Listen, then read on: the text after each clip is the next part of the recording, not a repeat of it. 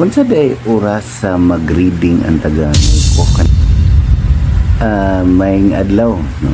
So kung kinsay makakita ni yung taga Lapu-Lapu ka, unsa day oras sa mag-reading ang taga Meko kanang mo read og meter ba? Kay sa sulod sa duha ka buwan ni karon ikatulo, nag-video ko sa meter og sa unsang adlaw mag-reading unta. Kunya sud sa duha ka buwan dili pareha.